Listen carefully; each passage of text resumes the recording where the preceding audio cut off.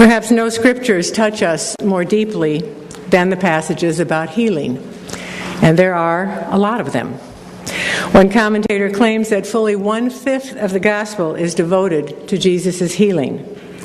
This person even goes so far as to note that there are 3,779 verses in the four Gospels. 727 of them deal with healing of physical and mental illness and instances of resurrection, and that there are 41 single occurrences of physical and mental healing in the Gospel. Another reliable source contends that a total of 32 different miracle stories occur in a total of 64 times in the Gospels. I didn't double-check their calculations. What I am sure of is that each one shows some aspect of deep human need. Life as it really is at those times when we feel so cut off and so separated and disconnected from God that it seems it will take a miracle to restore our faith not only in God but in each other. We recall the desperate woman who pushes her way through a crowd to touch the hem of Jesus' robe and is healed after 12 years of bleeding. We think of the man unable to walk who was lowered on a pallet through the roof by his friends to where Jesus is teaching. We remember the account of the blind man whose sight is restored by Jesus' touch. I suspect they affect us so profoundly because they are stories that speak directly to our heart. When we talk about the healing miracle stories, we need to keep a few things in mind. First of all, in the New Testament world, miracles were an accepted part of the worldview of most people, and not just healing miracles. Remember that 5,000 were fed from a loaf and 2 fish, and water turned to wine at a marriage in Cana. The distinctive thing about Jesus is not that he works miracles and others do not. As one writer puts it, miracles were part of the given furniture of the world. Miracles belonged to the realm of the possible.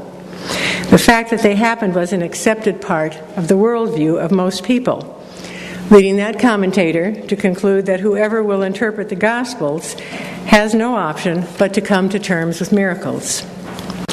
Secondly, the miracle stories about Jesus are peculiar to the Gospels. The Acts of the Apostles and the Epistles affirm the reality of miracles, including healing miracles, but they don't report miracles of Jesus. And finally, miracle stories are to be interpreted in such a way that the original message of salvation expressed in the first century worldview is translated into the modern worldview and is still able to remain faithful to both. In other words, the goal of the miracle story is not to convince the reader of the factuality of miracles, but to allow the miracle story to be a vehicle of the Christian gospel. So here we are this morning in the first chapter of the Gospel of Mark with the third consecutive account of healing.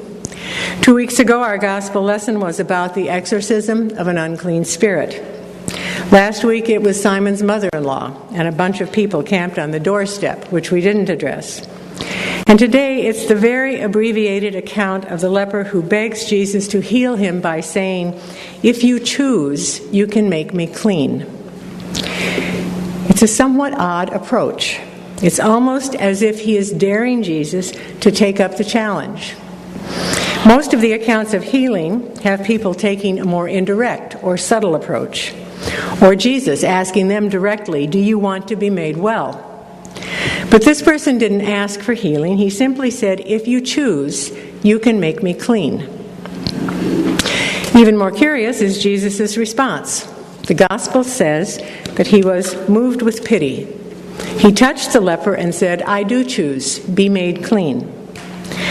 Most manuscripts agree with that and describe Jesus' initial reaction to the leper's appeal as, quote, "filled with compassion," or, quote, "moved with pity." But some of the older manuscripts read, "Becoming angry, he reached out and touched the leper." And that puts it in a whole different light, doesn't it? We have a hard time imagining Jesus being angry over something like this. After all, it happened all the time. Maybe that was the problem. Maybe it was a case of compassion fatigue. Or maybe Jesus was angry with a system that kept people on the edge instead of welcoming them and restoring them to society. However it's translated, it implies a strong emotional reaction on Jesus' part. So we have to wonder what it was about this particular person, this particular situation, that elicited that kind of response. And then Jesus did another surprising thing. He sent the leper away to the priest for the ritual purification and to be certified clean that would allow him back into polite society, which is all well and good, but then he told the man to say nothing. And again, it's with a certain amount of emotion. After sternly warning him, he ordered the man to see that you say nothing to anyone. And of course, the healed man immediately announced it to the world. Indeed, who wouldn't? Many of us are just skeptical enough to say it's a good healing story, and healing miracles just don't happen anymore. And people who say they do are out of touch with reality.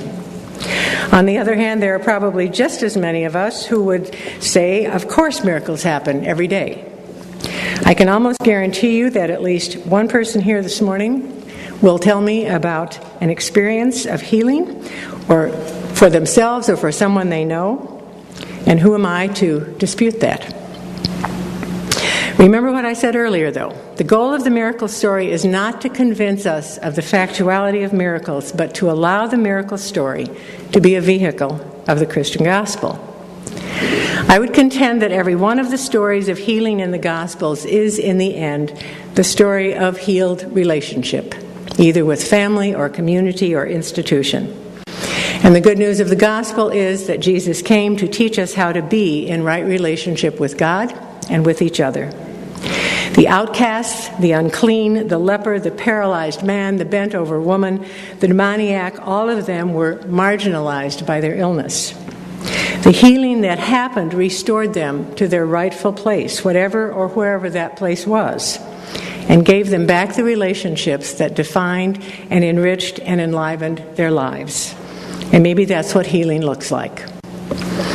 A long time ago now, 25 years ago in fact, I learned the first difficult lesson about healing, which is that it may not be what you ask for. One of my dearest friends died of cancer after months of what I thought was unending and constant prayer on my part for her recovery. I made the last trip to New York to say goodbye.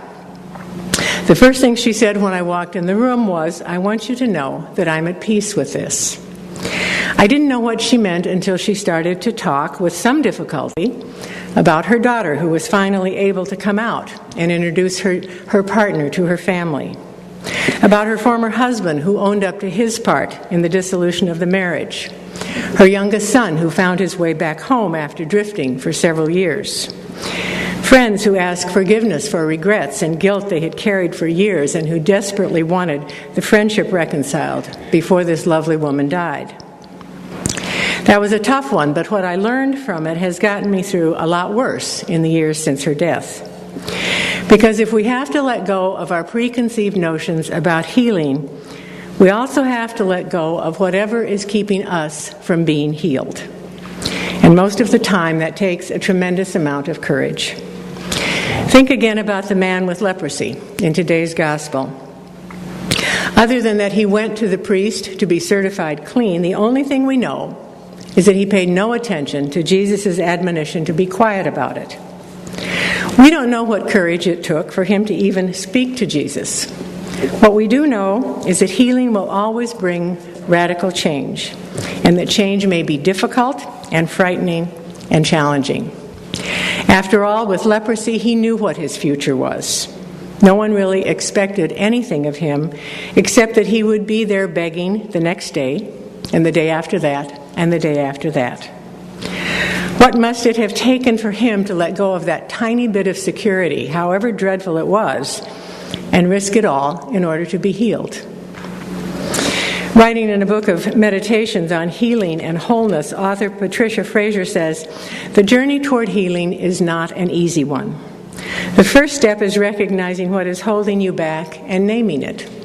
The second step, often a long and arduous one, is letting go. We are called to let go of our hurts as well as our sins. In order to let go, we have to look into the closets of our pain and sort through them. Once we see what is holding us back, we need to let go of it. We can offer it to God, who is powerful enough to bear it for us, but God cannot place forgiveness and mercy into hands that are already full. I don't know about you, but certainly there have been times in my life when I have held on to things for dear life, even though it made the knuckles of my heart turn white. You may be better at letting go than I am, but think about the times that you may have held on to an intentional or unintentional slight, a painful memory, a failure, a regret, guilt, a deep sadness, or a fierce and scary anger. And then think about what it felt like to let go or put it down. What a sense of relief you felt. What a sense of peace that replaced all of that hurt and anger. And then suddenly there's that realization that you don't have that narrative of pain and self-pity to fall back on anymore when you're feeling like the world owes you a living or that life has somehow cheated you. The realization that you are no longer held hostage by negative events or emotions, and instead you have to get on with your life. It's one of those life-altering moments that comes with both freedom and fear. That realization, that moment of healing, is an amazing gift. And believe it or not, it's ours for the asking.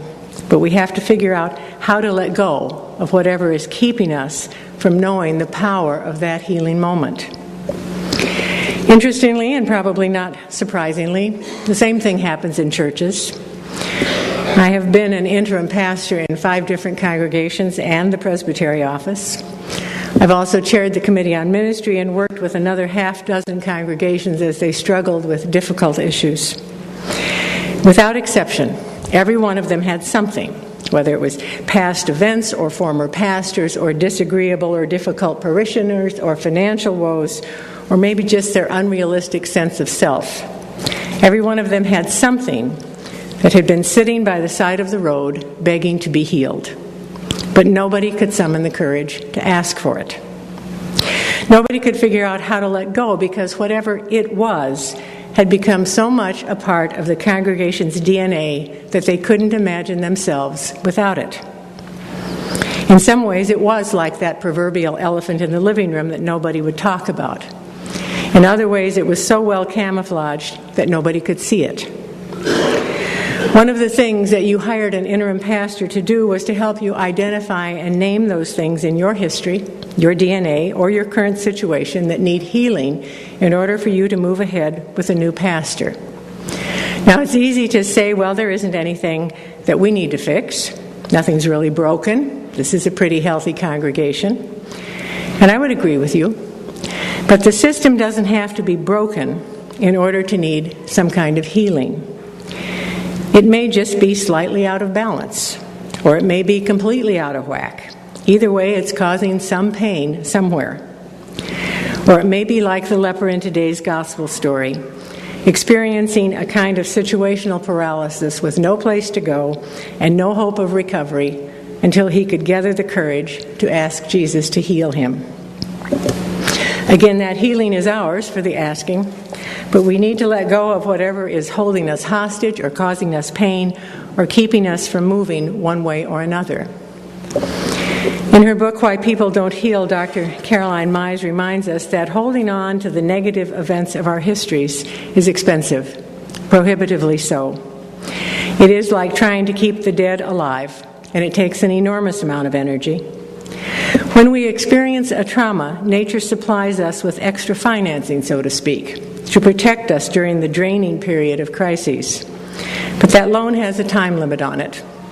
No loan goes on forever, and the signal that the loan is coming due is that we begin to sense that time has come to a standstill and our lives are not moving forward.